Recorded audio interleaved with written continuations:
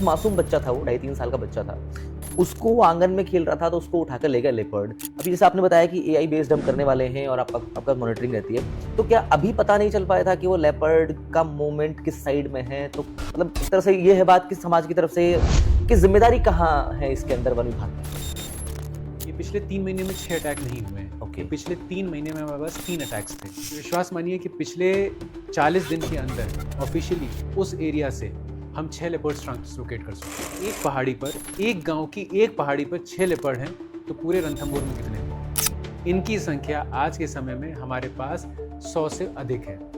इसका एक पॉजिटिव और नेगेटिव दोनों सोचने का एक तरीका है। बिल्कुल। पॉजिटिव ये कि अगर इनकी संख्या बढ़ी है तो इसका मतलब जो पोचिंग के इंसिडेंसेस पहले होते थे, हाँ। या इनके पास जो खाने की कमी या पानी की कमी होती थी, वो रणथंभौर पूरा कर पा रहा है और पोचिंग को हम कर्व कर पा रहे हैं।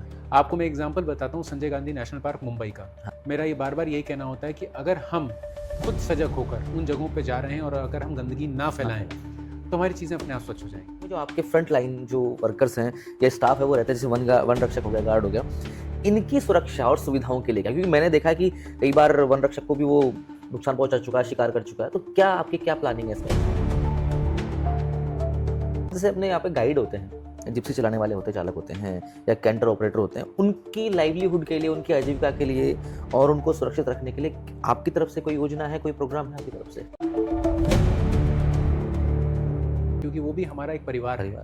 क्योंकि जो मॉनिटरिंग के बहुत से ऐसे पहलू होते हैं जो हमें उनसे सीखने को और जानने को मिलते हैं, तो ये बिल्कुल हम इस चीज़ को कंसिडर करेंगे। और अभी जैसे स्थानीय ग्रामीण और जो आज के युवा हैं, इनको पर्यावरण संरक्षण से जोड़ने के लिए आप क्या कहना चाहेंगे, क्या करना चाहते हैं? देखिए, इनको जोड़ने के लिए जो हमारा एक बाघ रक्षक प्रोग्राम है, जो पिछले साल हमने लगभग 8,000 से ज़्यादा बच्चों को निःशुल्क पार्क का भ्रमण कराया। ओके। जैसे भी रक्षाबंधन का त्यौहार आ रहा है, उसके बाद फिर त्रिनेत्र गणेश जी का मेला आ जाएगा, हर बार होता है।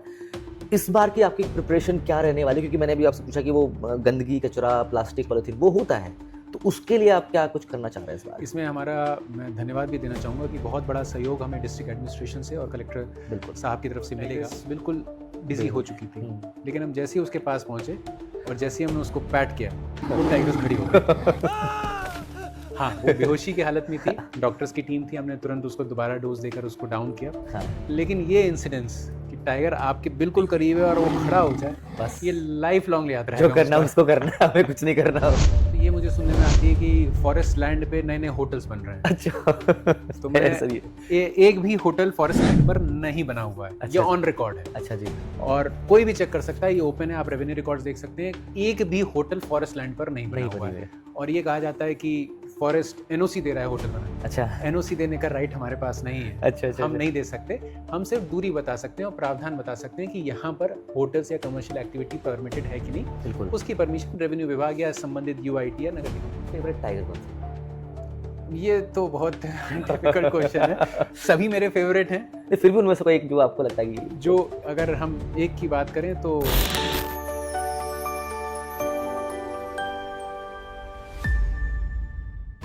आज हम बात करने आए हैं जंगल की, यानी कि रणथंभौर नेशनल पार्क की। मैं आशुतोष त्रिवेदी और आप देख रहे हैं पॉडकास्ट विद SWM स्टोरी। यहाँ हम उन लोगों से सीधी बात करते हैं जो जमीनी स्तर पर असली काम करते हैं। और आज हमारे साथ हैं IFS अधिकारी मिस्टर मानस सिंह जी। ये रणथंभौर नेशनल पार्क में उप वन संरक्षक के पद पर है, यानी कि DFO जिसे हम कहते हैं। मानस जी, स्वागत आपका आज हमारे इस प्रोग्राम में। सर, मैं ये जानना चाहता हूँ सबसे पहले कि आपकी जो प्रशासनिक यात्रा है वो कैसी रही अब तक, और आपको जैसे कहते हैं ना मोटिवेशन कैसे मिला इसमें आने के लिए? और एक और सवाल मेरे इसमें है कि अभी आप रणथंभौर में हैं, तो आपकी जो जिम्मेदारी है DFO की, वो कितनी चैलेंजिंग है, चुनौतीपूर्ण है? अगर आप ये जानना चाहें कि मेरा सफ़र अभी तक कैसा रहा, तो मैं कहूँगा कि ये मेरे जीवन के उन सबसे अच्छे सफ़रों में से रहा है जी, जो मैं अपनी लाइफ में एक्सपीरियंस करना चाहता था। तो इंस्पिरेशन की बात करें तो शुरू से ही मेरी हमेशा से इच्छा थी कि मैं ब्यूरोक्रेसी का पार्ट रहूं और जितने ज़्यादा से ज़्यादा लोगों की लाइफ को पॉजिटिव वे में इम्प्रूव कर सकूं, इफ़ेक्ट कर सकूं, वो मेरा हमेशा से एम रहा था। तो इंडियन फॉरेस्ट सर्विसेज उसका एक बहुत अच्छा एवेन्यू था मेरे लिए, जो मेरे करियर ग्रोथ को भी एक बहुत अच्छा आयाम देता है और लोगों तक पहुँचने का भी मुझे एक मौका देता है। मेरा जो सर्विस का टेन्योर रहा वो शुरुआत यहीं रणथंभौर से हुई। क्या बात है। मैं ACF के पद पे लगभग 2-2.5 साल यहाँ पर रहा। उसके बाद मैं DFO Keoladeo national park Bharatpur wild life रहा। वो भी एक अलग एक्सपीरियंस था, बहुत अच्छा एक्सपीरियंस था, क्योंकि एक अलग दुनिया थी वो बिल्कुल एवियन डाइवर्सिटी की, जिसके बारे में समझा, वेटलैंड इकोसिस्टम के बारे में समझा और वहाँ के चैलेंजेस को हैंडल किया जी। और उसके बाद दोबारा मैं यहाँ पर हूँ। यहाँ की चैलेंजेस की बात करें तो जो हम सभी जानते हैं कि ये उन इनिशियल 9 टाइगर रिजर्व्स में से था जिनको प्रोजेक्ट टाइगर के अंदर कंसिडर किया गया था। तो एक जो मैनेजमेंट का पर्सपेक्टिव की अगर हम देखें तो हम 1970s से ही यहाँ पर प्रोटेक्शन, कंजर्वेशन, इन सब चीज़ों पे काम कर रहे हैं। तो वो चैलेंजेस यहाँ पर किसी चीज़ को बिल्ड अपॉन करने के बहुत ज़्यादा नहीं है, लेकिन हम सभी जानते हैं कि जितनी अच्छी इसकी कनेक्टिविटी है और जितना ये आगे बढ़ता जा रहा है टूरिज़्म के, इको टूरिज़्म के, बढ़ते हुए टाइगर्स के, लोगों के साथ वाइल्ड लाइफ के इंटरैक्शंस के, ये चैलेंजेस हमारे साथ रहते हैं और उनको ही डील करना हमारा जॉब प्रायोरिटी रहता है। सर मैं ये जानना चाहता हूँ, एज ए आप युवा DFO आप यहाँ पर है और अभी नए आप पोस्टेड है, मैं जानना चाहता था कि आप रणथंभौर में जो नई टेक्नोलॉजी है उसके लिए और आपका विजन क्या है और कैसे आप इसको लेकर आगे बढ़ रहे हैं अभी रणथंभौर के लिए? जैसे हम नई टेक्नोलॉजी की बात करें तो आपका ही जैसे पॉडकास्ट की हम बात करें, हाँ जी, तो लोगों से जुड़ाव होना एक बहुत ज़रूरी है। बिल्कुल। आज हम देखते हैं कंट्री में बहुत सी नई युवा पीढ़ी जो है वो सोशल मीडिया के थ्रू हमसे इंटरेक्ट करती है, हमसे अपनी बातें कहना चाहती है और हम लोगों तक वो इन्फॉर्मेशन डिसेमिनेशन कैसे करते हैं वो भी बहुत मायने रखता है। तो उसके लिए हमारी जो नई शुरुआत थी, जो हमने ऑफिशियली फर्स्ट टाइम अपना रणथंभौर का एक ऑफिशियल चैनल शुरू किया, इंस्टाग्राम, ट्विटर, जितने भी सोशल मीडिया हैंडल्स हैं वहाँ पर।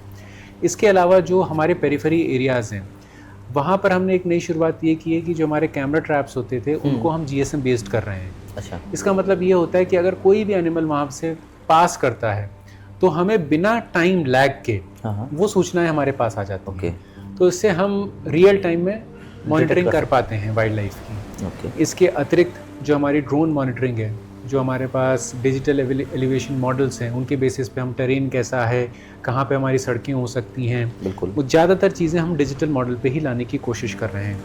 इसी तरीके से कि जो हमारी वाटर अवेलेबिलिटी है उसको हम किस तरीके से नियो टेक्नोलॉजी जो हमारे पास सोलर है जी, उसके माध्यम से जो हमारे एरियाज़ हैं जहाँ पर हमारे पास पानी के स्रोत हैं, हाँ, लेकिन वो ख़त्म हो जाते हैं, तो वो ऑटोमेटेड सोलर सिस्टम्स के बेसिस से हम उनको कैसे पूरे 12 महीने तक रख सकें, हम उस पर भी काम कर रहे हैं। ओके, मेरा यही क्वेश्चन था अगला कि जैसे रणथंभौर में जैसे अभी सर AI का ज़माना चल रहा है, हमको पता है, तो अब हम भी कुछ यूज़ कर रहे हैं AI से? बिल्कुल। आप AI की बात करें तो हम अगले 2 महीनों के अंदर ही जो हमारा टाइगर जो रिलेटेड डेटाज जो होते हैं, हाँ जी, वाइल्ड लाइफ रिलेटेड जो डेटाज होते हैं वो अभी हम मैनुअली सॉर्ट करते हैं। तो उसमें हमारे साथ दिक्कत क्या होती है कि उसमें हमें सॉर्टिंग में बहुत समय लगता है कि पर्टिकुलर एरिया से हमारे पास लाखों फोटो आती हैं, तो टाइगर की कौन सी है, लेपर्ड की कौन सी है, वो सारा हम AI पे शिफ्ट कर रहे हैं। तो जो काम करने में हमें आज 10 दिन लगते हैं, 15 दिन लगते हैं, जो मॉडल हम डेवलप कर रहे हैं, जो हम कोलैबोरेशन में करना चाह रहे हैं, उससे वो हम 24 घंटे में कर पाएंगे। बिल्कुल। तो वो उससे न सिर्फ स्टाफ का समय बचेगा, हमारे पास जो डेटाज हैं, हाँ, जो हम मॉनिटरिंग के लिए यूज़ करते हैं, वो हमारे पास विदिन 48 आवर्स आ जाया करेंगे। मतलब 2 दिन के अंदर अंदर वो सारा खेल। बिल्कुल। तो वो अभी हमें लगभग 10 दिन 15 दिन तक लग जाता है। चलिए, मैं ये पूछूंगा किससे कोलैब कर रहे हैं आप, वो हो सकता है सीक्रेट हो। वो बिल्कुल हम हमारे डिपार्टमेंट से रिलेटेड लोग हैं, रिसर्चर्स हैं, उन्हीं के साथ हम बैठकर ये काम कर रहे हैं। चलिए, और जब ये सक्सेसफुल होगा तो हम बिल्कुल भी इसको और अच्छी तरीके से और प्रोजेक्ट करेंगे, क्योंकि हम सिर्फ यहीं तक रिस्ट्रिक्टेड नहीं रहना चाहते। बिल्कुल। उसमें हमारे पास ये मॉडल भी है कि वो ये तक बताएगा कि कौन सा एनिमल, कौन सी स्पीशीज किस समय एक्टिव रहती है दिन में। अच्छा। तो हम उस मॉनिटरिंग को भी बेहतर कर पाएंगे। ठीक है, मतलब दिमाग पढ़ने वाली बात हो गई है, तो बिल्कुल कहाँ, कैसे, क्यों। मेरा एक सवाल ये था सर, बहुत सीरियस, अभी 20 अगस्त को एक घटना हुई अपने फलोदी रेंज में। मैंने भी इस पर वीडियो बना के पोस्ट किया था, तो मुझे भी लोगों ने कहा कि ऐसी घटनाएं पिछले 3 महीने में 6 से ज़्यादा हो चुकी हैं। और दूसरी बात यह है कि सर एक मासूम बच्चा था, वो 2.5-3 साल का बच्चा था, उसको वो आंगन में खेल रहा था तो उसको उठाकर ले गया लेपर्ड। अभी जैसे आपने बताया कि AI बेस्ड हम करने वाले हैं और आपका मॉनिटरिंग रहती है, तो क्या अभी पता नहीं चल पाया था कि वो लेपर्ड का मूवमेंट किस साइड में है? तो मतलब एक तरह से ये है बात कि समाज की तरफ से कि जिम्मेदारी कहाँ है इसके अंदर वन विभाग की? जो लोगों ने आपसे कहा या बताया, तो मैं आपको फैक्ट्स की बात बताता हूँ ये पिछले 3 महीने में 6 अटैक नहीं हुए हैं। Okay. ये पिछले 3 महीने में हमारे पास 3 अटैक्स थे। ओके। एक बच्चे के ऊपर हुआ था जिनको हम जो उनके परिवारजनों ने उनको प्रोटेक्ट कर लिया था, एक महिला का इसमें देहांत हुआ, और एक दुखद घटना जिसमें एक 3 साल के बच्चे की डेथ हुई। जी। रिस्पॉन्सिबिलिटी की बात करें तो हमें भी उतना ही दुख होता है जब किसी ह्यूमन की लाइफ जाती है, बिल्कुल क्योंकि सही है। आप ये मान के चलें कि हमारा जो टॉप प्रायोरिटी रहती है वो ह्यूमन लाइफ को प्रोटेक्ट और कंजर्व करना है। बिल्कुल सही। आप ये विश्वास मानिए कि पिछले 40 दिन के अंदर ऑफिशियली उस एरिया से हम 6 लेपर्ड्स ट्रांसलोकेट कर चुके हैं। तो आप ये सोचें कि जब एक पहाड़ी पर, एक गांव की एक पहाड़ी पर 6 लेपर्ड हैं तो पूरे रणथंभौर में कितने होंगे? बिल्कुल सही है सर। इनकी संख्या आज के समय में हमारे पास 100 से अधिक है। और अगर हम ऑफिशियल सेंसस की बात करें जो अब कंप्लीट फेज 4 के बाद हो जाएगा, जिसके ऑफिशियल फिगर्स आएंगे, तो हमारे पास इनकी संख्या 120 से 150। इतना सारे लेपर्ड्स एक ही एरिया में रहेंगे तो फिर बिल्कुल। इसका एक पॉजिटिव और नेगेटिव दोनों सोचने का एक तरीका है। बिल्कुल। पॉजिटिव ये कि अगर इनकी संख्या बढ़ी है तो इसका मतलब जो पोचिंग के इंसिडेंसेस पहले होते थे, या इनके पास जो खाने की कमी या पानी की कमी होती थी, वो रणथंभौर पूरा कर पा रहा है और पोचिंग को हम कर्व कर पा रहे हैं। हमारे पास हैबिटेट बेहतर हुआ है पहले से, इस वजह से इतने जानवर यहाँ पर रह पा रहे हैं। लेकिन इसका नेगेटिव फॉल आउट ये है कि हमारे पास टाइगर्स की भी संख्या बढ़ी है। बिल्कुल। जिसकी वजह से जो लेपर्ड्स कभी अंदर रह पाते थे अब उनको पेरिफेरी पे आना पड़ रहा है, बाहर आ रहे हैं। और लेपर्ड जैसा क्लेवर एनिमल जो कहें कि, और ये रियलिटी है कि ये हमारे पास आज जो हमें 3 महीने में 3 चीज़ें देखने को, 3 इंसिडेंसेस देखने को मिले हैं जी। ये बहुत से नेशनल पार्क्स और टाइगर रिजर्व्स आज से 10-15 साल पहले फेस कर चुके हैं। रणथंभौर में history human wild life conflict की ज़्यादा नहीं रही है जी। ये वन ऑफ अ इंसिडेंस हो सकता है जिसमें 1 या 2 जानवर ऐसा हो, या बुजुर्ग हो, चोटिल हो, किसी कॉन्फ्लिक्ट में हो, या पोर्क्यूपाइन का क्विल लग गया हो, जिसकी वजह से वो इन सब चीज़ों की तरफ शिफ्ट कर जाता है। आपको मैं एग्जांपल बताता हूँ संजय गांधी नेशनल पार्क मुंबई का। हाँ जी। जहाँ पे 2000 के दशक में 2003 से लेके 2007 तक इतने ह्यूमन वाइल्ड लाइफ कॉन्फ्लिक्ट होते थे, और वो बिल्कुल मुंबई से लगा हुआ जगह है। बिल्कुल सही। वहाँ का सोल्यूशन क्या था? जब वहाँ पर इनिशियली सब लोग कहते हैं कि फॉरेस्ट डिपार्टमेंट की जिम्मेदारी है, ये उनका जानवर है और उनको वहाँ से हटा देना चाहिए। जब वहाँ से लेपर्ड्स को हटाया गया, वहाँ पे इंसिडेंसेस और बढ़ गए। अच्छा। उसका कारण है, जब आप एक लेपर्ड को वहाँ से हटाते हैं और कोई और लेपर्ड वहाँ पर आता है तो उसको वहाँ पे एडजस्ट करने में समय लगता है।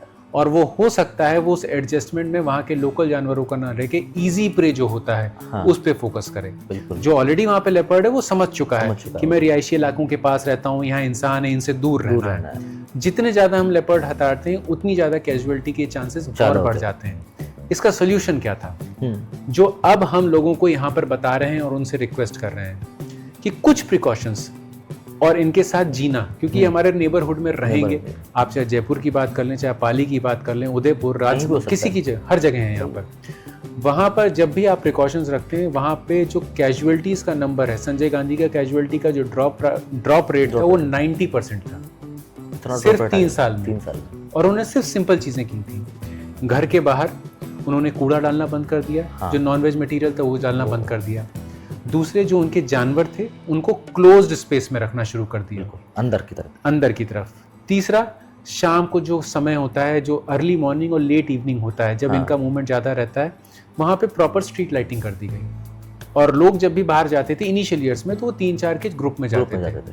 और सबसे अच्छा था कि जब भी उनके सामने कोई लेपर्ड आता था, हम सभी के पास फोन है, उनमें पटाखों की और कोई तेज आवाज थी, वो कैजुअलिटी 90% ड्रॉप हो गई। मतलब एक तरह से हमें भी कुछ इसके लिए करना पड़ेगा। हमें इस चीज को एक्सेप्ट करना होगा कि ये आज हमारी एक रियलिटी है। और उस पे सिर्फ विभाग को नहीं, सिर्फ सरकार को नहीं, हमें और लोगों को एक साथ मिलकर उस पे काम करना। बिल्कुल। मेरा यही एक नेक्स्ट क्वेश्चन भी था कि जैसे आपने कहा कि भी लेपर्ड की संख्या भी बढ़ रही है और हमारे यहाँ पर टाइगर्स की भी संख्या, मतलब मैं जहाँ तक मैंने पढ़ा था डेटा में 70+ है यहाँ पर, मे भी और भी ज़्यादा हो सकते हैं। मतलब ये सवाल था कि बाघों की संख्या बढ़ने के बाद भी सबसे बड़ी चुनौती क्या है आपके पास, और या यूं कहें कि मानव वन्य जीव संघर्ष है या फिर कुछ और है? अगर हम बाघों की बढ़ती हुई संख्या की बात करें तो सबसे पहले तो हमारे पास बाघों का संघर्ष आ जाता है सामने। बिल्कुल। क्योंकि हम एक ऐसे टाइगर रिजर्व में हैं जहां प्रत्येक बाघ को हम मॉनिटर करते हैं और लोगों को भी उसकी जानकारी रहती है। जब हम एक 770 स्क्वायर किलोमीटर के CTH की बात कर रहे हैं, जो इफेक्टिवली हम मैनेज आज के समय पे कर रहे हैं, वैसे एरिया हमारा 900 स्क्वायर किलोमीटर के आसपास है। आप सोचें हमारे पास सिर्फ RTR 1 की बात करें तो 60 से ऊपर टाइगर है। इसका मतलब एक टाइगर के लिए हमारे पास औसतन 10 स्क्वायर किलोमीटर की जगह है बस, जो कि वाइल्ड में 40 से 50 स्क्वायर किलोमीटर होनी चाहिए। इसका एक मतलब ये हुआ कि हमारा हैबिटेट इतना अच्छा हो चुका है, प्रे बेस इतना अच्छा हो चुका है कि टाइगर इसमें रह पा रहे हैं। लेकिन जैसे ही ये संख्या इससे ऊपर जाएगी, उनका संघर्ष आपस में होगा। तो उसमें दो ही चीज़ें हो सकती हैं, या तो जो टाइगर उसमें हारता है वो अपना एरिया छोड़कर चला जाए, या जो टाइगर उसमें डेथ होती है। तो दो ही इसमें हमारे पास चीज़ें बचती हैं। जो टाइगर उसमें चोटिल होता है, कई बार ऐसी सिचुएशंस आती हैं, अगर वो गांव के पास चला जाए तो उसमें ह्यूमन वाइल्ड लाइफ कॉन्फ्लिक्ट की सिचुएशन भी उत्पन्न होती है। तो हमें ये चीज़ के बारे में सोचना है, और राज्य सरकार, हमारा जो हेडक्वार्टर है और जो चीफ वाइल्ड लाइफ वार्डन जो ऑफिस है और जो सर हैं, उनका इस पे बहुत इम्पॉर्टेंट फोकस है इस समय जी। और जो आने वाले अगले 1-2 वर्ष में हमारा जो बहुत बड़े एरियाज़ को इनक्लोज करके उनके लिए नेचुरल हैबिटेट डेवलप करने का भी आइडिया चल रहा है, जिससे हम इस कॉन्फ्लिक्ट को कम कर पाएंगे और इस पॉपुलेशन को मैनेज कर पाएंगे। बहुत बढ़िया सर। अब जैसे मैं बात करूं सर, जैसे पार्क के आसपास बढ़ते पर्यटन, एक तो टूरिज्म बढ़ रहा है अपना, और साथ में बढ़ रहा है हमारे साथ प्रदूषण बढ़ रहा है, जैसे प्लास्टिक हुआ है, कचरा कुछ भी हुआ, तो इससे वन विभाग कैसे निपट रहा है? और अगर बात करूं टूरिस्ट की, तो वो लोग क्या कर सकते हैं इसमें? देखिए, मैं आपको अगर बात करूं, जो हमारा टूरिज्म एरिया जहाँ पे टूरिस्ट सिर्फ फॉरेस्ट के पर्पज से जा रहे हैं या सफारी के पर्पज से जा रहे हैं, तो ये मैं दावे के साथ कह सकता हूँ, वहाँ पर आपको प्लास्टिक पॉल्यूशन बहुत कम मिलेगा जी। उसका कारण ये है कि हमने CSR के माध्यम से बहुत सी ऐसी फर्म्स हैं, ऑर्गेनाइजेशंस हैं, जिसमें हम वो इफेक्टिव कलेक्शन करते हैं, उस प्लास्टिक को प्रोसेस करते हैं और उसको टाइगर रिजर्व से बाहर निकल जाते हैं जी। हाँ, मैं इस चीज़ को मानता हूँ कि जहाँ पर भी हमारे पास ऐसे स्थल हैं जहाँ पे दर्शनार्थी जा रहे हैं या लोगों का और मूवमेंट बना हुआ है, वहाँ पर ये कमी हमारे को देखने को मिलती है जी। लेकिन उसमें भी मेरा ये बार बार यही कहना होता है कि अगर हम खुद सजग होकर उन जगहों पे जा रहे हैं और अगर हम गंदगी ना फैलाएं तो हमारी चीज़ें अपने आप स्वच्छ हो जाएंगी। उसके बावजूद भी देखिए, मेरा ये मानना, कहीं भी ह्यूमन इम्प्रिंट होगा तो वहाँ पे वेस्ट जनरेशन होगा। जो इफेक्टिव वेस्ट जनरेशन है उसको हम डिस्पोज ऑफ करने के लिए बिल्कुल तत्पर हैं और उसको हम करेंगे। लेकिन जो नॉन यूजेबल वेस्ट है, जिसकी ज़रूरत नहीं है कि अगर हमें एक चीज़ में हम किसी थैले में ले जा सकते हैं, उसके लिए हम 4 पॉलीथीन ले जाएं, तो वो मेरा रिक्वेस्ट होगा कि जो लोग जा रहे हैं उस चीज़ को अवॉइड करें और हमारे डस्टबिन्स, कूड़ादान हर जगह हैं, उन्हीं में डालें, जिससे हम उसको प्रॉपर्ली रिकवर कर सकते हैं। ठीक है सर, ये तो खैर आप अच्छा काम कर रहे हैं। इसमें मैं एक चीज़ और जानना चाहता हूँ, जैसे जंगल एरिया की बात की हमने, बाहर के एरिया में टाइगर या लेपर्ड आ जाते हैं, लेकिन जंगल के एरिया में जो आपके फ्रंट लाइन जो वर्कर्स हैं या स्टाफ है वो रहते हैं, जैसे वन रक्षक हो गया, गार्ड हो गया, इनकी सुरक्षा और सुविधाओं के लिए क्या? क्योंकि मैंने देखा कि कई बार वन रक्षक को भी वो नुकसान पहुंचा चुका है, शिकार कर चुका है, तो क्या आपकी क्या प्लानिंग है इसमें? देखिए, सबसे पहले तो जहाँ पर वो रहते हैं उसकी बात करें तो हमारे पास लगभग पूरे टाइगर रिजर्व में 70 के आसपास चौकियाँ हैं जी। 70 में से 50 चौकियाँ का रिपेयर, रेनोवेशन, बेसिक फैसिलिटीज़ जितनी भी चाहिए थी हम वो पिछले वित्तीय वर्ष में पूर्ण कर चुके हैं, और बाकी बची हुई 20 की हम इस वित्तीय वर्ष में पूर्ण कर रहे हैं। तो जो बेसिक फैसिलिटीज़ हैं, अगर आप बात करें सोलर लाइट्स की, तो आज हमारे पास हर चौकी पे लाइट है जी, हर चौकी पे पानी की व्यवस्था है, वॉशरूम्स हैं, टॉयलेट्स हैं। तो उस कारणवश हमारे फॉरेस्ट गार्ड्स को, हमारे स्टाफ को बाहर रात में नहीं जाना पड़ता। हमारा लोकल एरिया नेटवर्क, जिससे वो अपने परिवारजनों से बात कर सकें फ़ोन के माध्यम से, वो भी हमने उनको सभी चौकियों पे प्रोवाइड करा दिया है, जिसकी वजह से वो नेटवर्क के लिए उनको कहीं बाहर ना जाना पड़े और उन पर कोई अटैक करे। इसके बाद हर एक हमारी जो रेंज ऑफिस है, जो एक रेंज का क्षेत्र होता है, उसके पास कम से कम 3 से 4 4 व्हीकल और प्रत्येक नाके पे कम से कम 1 मोटरसाइकिल हमारे पास आज के समय पर है। उसके अलावा जो हमारे हाई टाइगर डेंसिटी एरियाज़ हैं, जहाँ पे पहले फुट पेट्रोलिंग बहुत ज़्यादा होती थी, वहाँ पे अगर हमें फुट पेट्रोलिंग की आवश्यकता पड़ती है तो हम स्टाफ को समूह में भेजते हैं बिल्कुल, और उनकी जो बेसिक रिक्वायरमेंट्स हैं, शूज़, लाठी, प्रोटेक्टिव गियर्स, वो हमारे पास सब कुछ आज के समय पे है। कुछ प्रस्ताव, जैसे माननीय वन मंत्री महोदय ने ये कहा भी था कि जो वेपन्स हमको मिलेंगे संजय जी ने, तो वो वेपन्स की प्रक्रियाधीन है और हमें उम्मीद है वो जल्दी हमें वो भी मिल जाएंगे। एनिमल्स के लिए नहीं, लेकिन अपनी सुरक्षा के लिए, अगर पेलेट्स हों जो हम अपनी सुरक्षा के लिए उसको यूज़ कर सकें, जिससे जानवर को भी नुकसान ना पहुंचे और इंसान को भी ना पहुंचे। चलिए ये भी अच्छा होगा सर। लेकिन एक और सवाल, जैसे अपने यहाँ पे गाइड होते हैं, जिप्सी चलाने वाले होते हैं, चालक होते हैं या कैंटर ऑपरेटर होते हैं, उनकी लाइवलीहुड के लिए, उनकी आजीविका के लिए और उनको सुरक्षित रखने के लिए आपकी तरफ से कोई योजना है, कोई प्रोग्राम है आपकी तरफ से? गाइड्स और हम ड्राइवर्स की बात करें तो उनका अपना एसोसिएशन है जिसमें वो उनका एक कंट्रीब्यूशन होता है, जो भी उनको पैसा जाता है वो उसके माध्यम से उसको करते हैं। जी जी। इसके अतिरिक्त अभी फ़िलहाल हमारे पास कोई गवर्नमेंट स्कीम में एनरोलमेंट करके उनको कोई बेनिफिट देने का प्रावधान अभी हमारे पास नहीं है। लेकिन आपका ये सुझाव है और मुझे लगता है अच्छा है, क्योंकि वो भी हमारा एक परिवार है। क्योंकि जो मॉनिटरिंग के बहुत से ऐसे पहलू होते हैं जो हमें उनसे सीखने को और जानने को मिलते हैं, तो ये बिल्कुल हम इस चीज़ को कंसिडर करेंगे और उसको इंक्लूड करेंगे। ये देखो सर ने आज ये बात तो बोली है कि इसमें करेंगे, तो जितने भी जिप्सी ड्राइवर है या कैंटर के ऑपरेटर हैं, उन सबके लिए कुछ ना कुछ तो ये होगा वन विभाग की तरफ से। सर एक और सवाल मेरा ये है कि अभी जैसे स्थानीय ग्रामीण और जो आज के युवा हैं, इनको पर्यावरण संरक्षण से जोड़ने के लिए आप क्या कहना चाहेंगे, क्या करना चाहते हैं? देखिए, इनको जोड़ने के लिए जो हमारा एक बाघ रक्षक प्रोग्राम है, जो पिछले साल हमने लगभग 8,000 से ज़्यादा बच्चों को निःशुल्क पार्क का भ्रमण कराया। वो सिर्फ भ्रमण नहीं है, उसमें हम पहले उनको इस पार्क के बारे में बताते हैं कि आपको इसको बचाने का, ये कटान रोकने की आवश्यकता क्यों है, इन जानवरों को, इन वन्यजीवों को बचाने की क्यों आवश्यकता है। उसके बाद जब वो अंदर जाकर देखते हैं कि वन विभाग क्या काम कर रहा है, किन परिस्थितियों में कर रहा है और क्यों कर रहा है, तब उनको समझ में आता है। ऐसे बहुत से बच्चे हैं जिनसे मेरा इंटरेक्शन भी होता रहता है। तो आप देखेंगे कि जितने भी मेजर बांध हैं इस जिले के अंदर, उन सब का पानी रणथंभौर टाइगर रिजर्व से आता है। चाहे आप मानसरोवर की बात करें, गिलाई सागर की बात करें, देवपुरा की बात करें, और अल्टीमेटली सूरवाल बांध का भी पानी रणथंभौर से ही जाता है। तो इस जिले की मेजर वाटर का रिसोर्स जो है वो ये टाइगर रिजर्व ही है। बिल्कुल।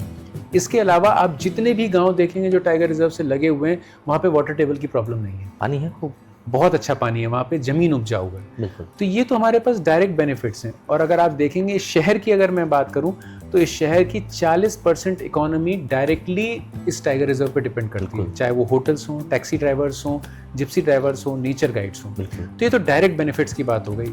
वैसे भी हमें पता है कि वन और वन्यजीव के कितने इनडायरेक्ट बेनिफिट्स होते हैं। अब इस प्रोग्राम को हम और आगे ले जा रहे हैं। हम सिर्फ बच्चों तक सीमित नहीं रख रहे।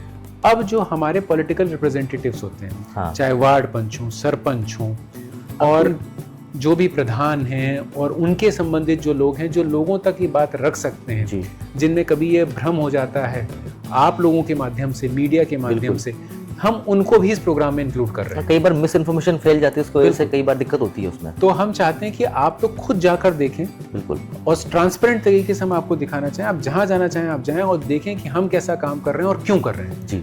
तो ये एक तरीका हमने अपनाया जिससे हम लोगों को बता सकें और इस टाइगर रिजर्व को क्यों संरक्षित करना, उसका मैसेज दे सकें। बिल्कुल सर। अब जैसे अभी रक्षाबंधन का त्यौहार आ रहा है, उसके बाद फिर त्रिनेत्र गणेश जी का मेला आ जाएगा, हर बार होता है।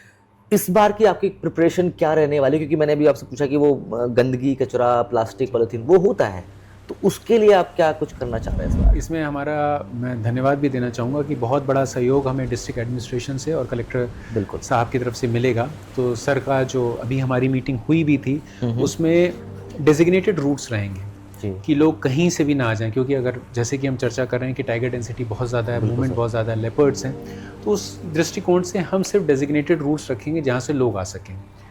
पंचायत, नगर निगम, फॉरेस्ट और मंदिर अथॉरिटीज़ की तरफ से, चारों जो भी हमारे संगठन है उन्होंने डिसाइड किया हुआ है कि कौन कौन एरिया की सफाई कौन कौन देखेगा। बिल्कुल। तो उससे वो डेजिग्नेटेड रिस्पॉन्सिबिलिटी और अकाउंटेबिलिटी भी रहेगी कि किसको क्या काम करना और किसकी सफाई कहाँ पर रखनी है। तो जैसे रोड की सफाई का कार्य हुआ वो हमारा रहेगा, मंदिर के ऊपर ASI और मंदिर वाले करेंगे, बाहर की तरफ जो है नगर निगम और पंचायत काम करेंगे उसका। तो ये सफाई का हमने डेजिग्नेटेड चीज़ किया हुआ है। दूसरी चीज़ हमारी कोशिश है, जो हमें फॉरेस्ट क्लियरेंस चाहिए थी, वाइल्ड लाइफ क्लियरेंस चाहिए थी, वो हमें मिल चुकी है। जो रास्ता जो हमारा कई वर्षों से टूटा हुआ था, हाँ जी, और बारिश में टूट जाता था, जिसकी वजह से दर्शनार्थियों को दिक्कत होती थी, उसका PWD के साथ मिलकर जो फॉरेस्ट की हमारी वाइल्ड लाइफ क्लियरेंस आनी थी वो हमने उनको दे दी है। और हमारी उम्मीद है कि PWD इस कार्य को गणेश मेला से पहले पूर्ण कर लेगा। वो जो टूटा हुआ था वहाँ पे, बिल्कुल, मिसलदरा की बात करें या सिंहद्वार की बात करें, तो वो कार्य पूर्ण हो जाना चाहिए। तो जिसकी वजह से अगर बारिश कैसी भी हो, कम से कम रास्ते सुगम रहेंगे, बिल्कुल, और लोगों को किसी प्रकार की परेशानी नहीं होगी और कोई दुर्घटना नहीं होगी उस समय। तो ये मेजर चीज़ें हैं जिन पे हम फोकस कर रहे हैं। और डेफिनेटली हमारे कैंप्स जंगल के अंदर इस बार रहेंगे, जो मुख्यतः जैसे बोदल का एरिया हुआ, गिलाई सागर का हुआ, खंडार हुआ, बेड़ता हुआ, जोगी महल एरिया हुआ, सिंह द्वार हुआ और गणेश धाम हुआ, यहाँ पे हमारे फॉरेस्ट कैंप्स रहेंगे पुलिस के साथ, जिससे हम जॉइंट तरीके से अगर किसी को मेडिकल हेल्प चाहिए या किसी को समस्या हो गई, रास्ते की समस्या हो गई या वन्य जीव का कोई मूवमेंट हो गया, तो उसको हम तुरंत एक्टिवली कंट्रोल कर पाए, मैनेज कर पाए। तो अभी तो देखो कितनी सारी बातें इन्होंने बता दी, और वाकई में ये चीज़ें जब चलती, पता जब मैं इन सर से मिला हूँ, मुझे और मैं इनसे जिस दिन मिला था, जिस दिन वो कुछ कांड हुआ था ना, वो तो ये सर बड़े टेंशन में थे उस दिन भी, तो उस दिन भी इनसे बात नहीं हो पाई, लेकिन आज जब बात हो रही है तो इतनी सारी बातें निकल कर आ रही है। एक सवाल और सर मेरा, कि अब तक के कार्यकाल में आपके ऐसा कोई आपका एक्सपीरियंस, कोई अनुभव या घटना ऐसी रही हो जो आप लाइफ टाइम नहीं भूल पाएंगे, चाहे यहाँ का हो चाहे आपने जहाँ पहले किया हो अलवर में? मैं यहीं की आपको बताऊं, जो मेरा फर्स्ट ट्रैंक्विलाइजिंग इवेंट था, जब एक टाइग्रेस थी जिसको थोड़ी प्रॉब्लम थी स्टमक में, उसको ट्रैंक्विलाइज करके हमें ट्रीटमेंट देना था उसको।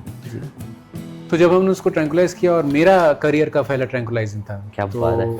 मुझे वो लीड करना था। जब मैं लीड करते हुए पहुंचा, हमने हर तरीके से चेक कर लिया और टाइग्रेस बिल्कुल डिजी हो चुकी थी, लेकिन हम जैसे ही उसके पास पहुंचे और जैसे ही हमने उसको पैट किया, वो टाइग्रेस खड़ी हो गई। हाँ, वो बेहोशी की हालत में थी, डॉक्टर्स की टीम थी, हमने तुरंत उसको दोबारा डोज देकर उसको डाउन किया। लेकिन ये इंसिडेंस कि टाइगर आपके बिल्कुल करीब है और वो खड़ा हो जाए, बस ये लाइफ लॉन्ग याद रहेगा। जो करना उसको करना, हमें कुछ नहीं करना अब। सर एक चीज और मैं जानना चाहता हूँ, जैसे रणथंभौर के बारे में कई सारी चीजें होती है जो मिथक होती है, झूठ होती है, तो कोई आपके है माइंड में ऐसी बात जो मिथक होती है, लोग कहते हैं कि है लेकिन वो नहीं है, कोई ऐसी कोई बात आपके माइंड में है जो लोग सोचते हैं कि यार ये कई ऐसी बातें हैं। सबसे बड़ी बात तो ये मुझे सुनने में आती है कि फॉरेस्ट लैंड पे नए नए होटल्स बन रहे हैं। अच्छा। तो मैं एक भी होटल फॉरेस्ट लैंड पर नहीं बना हुआ है। अच्छा, ये ऑन रिकॉर्ड है। अच्छा जी। और कोई भी चेक कर सकता है, ये ओपन है, आप रेवेन्यू रिकॉर्ड्स देख सकते हैं। एक भी होटल फॉरेस्ट लैंड पर नहीं बना हुआ है। और ये कहा जाता है कि फॉरेस्ट एनओसी दे रहा है होटल बनाने। अच्छा। एनओसी देने का राइट हमारे पास नहीं है। अच्छा, हम नहीं दे सकते। हम सिर्फ दूरी बता सकते हैं और प्रावधान बता सकते हैं कि यहाँ पर होटल्स या कमर्शियल एक्टिविटी परमिटेड है कि नहीं। बिल्कुल। उसकी परमिशन रेवेन्यू विभाग या संबंधित यूआईटी या नगर निगम देते हैं। ओके। कुछ ये चीज़ सुनने को आती है कि रणथंभौर में कभी सीट अवेलेबिलिटी नहीं होती और टिकट्स बहुत महंगे होते हैं। अच्छा।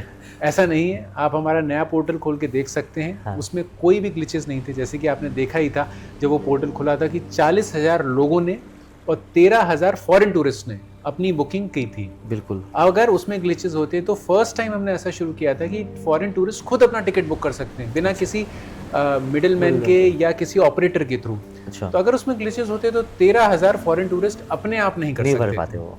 तो ये सब चीज़ें आती रहती हैं, मेरे संज्ञान में भी आती हैं। कोशिश में ये रहती है कि मैं मीडिया के माध्यम से उन चीज़ों को दूर कर सकूं और बता सकूं। तो देख लो भाई, कुछ मिथक थे कि भैया फॉरेस्ट डिपार्टमेंट किसी भी होटल को एनओसी नहीं देता है। सर ने खुद बता दिया आज, ये डीएफओ यहाँ के, तो इनकी बात तो मानेंगे। सर एक छोटा सा रैपिड राउंड खेल लेते हैं हम लोग, रैपिड फायर। आपका फेवरेट टाइगर कौन सा? ये तो बहुत डिफिकल्ट क्वेश्चन है। सभी मेरे फेवरेट हैं, फिर भी उनमें से कोई एक जो आपको लगता है कि जो, अगर हम एक की बात करें तो वो मेरे एक चीज़ से रिलेटेड है, इस वजह से भी क्योंकि वो फर्स्ट मेल टाइगर था जिसको मैंने टाइगर टेरिटरी बदलते हुए देखा था। और अपने टाइगर स्टैब्लिश करते हुए देखा था। तो T120 की, अगर जिसको हम गणेश कहते हैं। चलिए, आपका फेवरेट सफारी जोन? फिर वही सवाल है, लेकिन हाँ, जोन नंबर मैं 3 को कहूँगा क्योंकि उसमें आपको टाइगर और नेचुरल ब्यूटी दोनों एक साथ मिलती है। अच्छा, सुबह की पारी या शाम की? सुबह की। ठीक है। जंगल में आपका सबसे यादगार पल, जो हालांकि आपने बता दिया मुझे? यादगार पल यही है। उसके अलावा जब मैं अपनी पेट्रोलिंग में जाता हूँ तो मॉनसून के समय पे हर एक जगह जंगल की बहुत यादगार हो जाती है। क्या बात है सर। एक लास्ट क्वेश्चन सर, अगर आप आईएफएस अधिकारी नहीं होते तो आप किस फील्ड में अपना करियर चुनते? अगर मैं आईएफएस अधिकारी नहीं होता तो शायद मोस्ट प्रोबेबली मैं इंजीनियरिंग बैकग्राउंड से हूँ और मुझे उसमें काफ़ी इंटरेस्ट रहता है। तो मैं इंजीनियर ही होता। क्या बात है सर। सर मानस जी ने आज हमें इतना समय दिया है और इतनी सारी चर्चा की है रणथंभौर के बारे में, संरक्षण के बारे में। सर बहुत बहुत धन्यवाद आपका, मैंने बहुत टाइम ले लिया। और ये वीडियो जरूर शेयर कीजिएगा लोगों तक, ताकि जितने मिथक हैं वो सब दूर हो जाएं और सर की बात जो रणथंभौर के बारे में उन्होंने कही है वो लोगों तक फैले। आप सभी को बहुत बहुत धन्यवाद। सर आपको भी फिर से एक बार थैंक यू सो मच।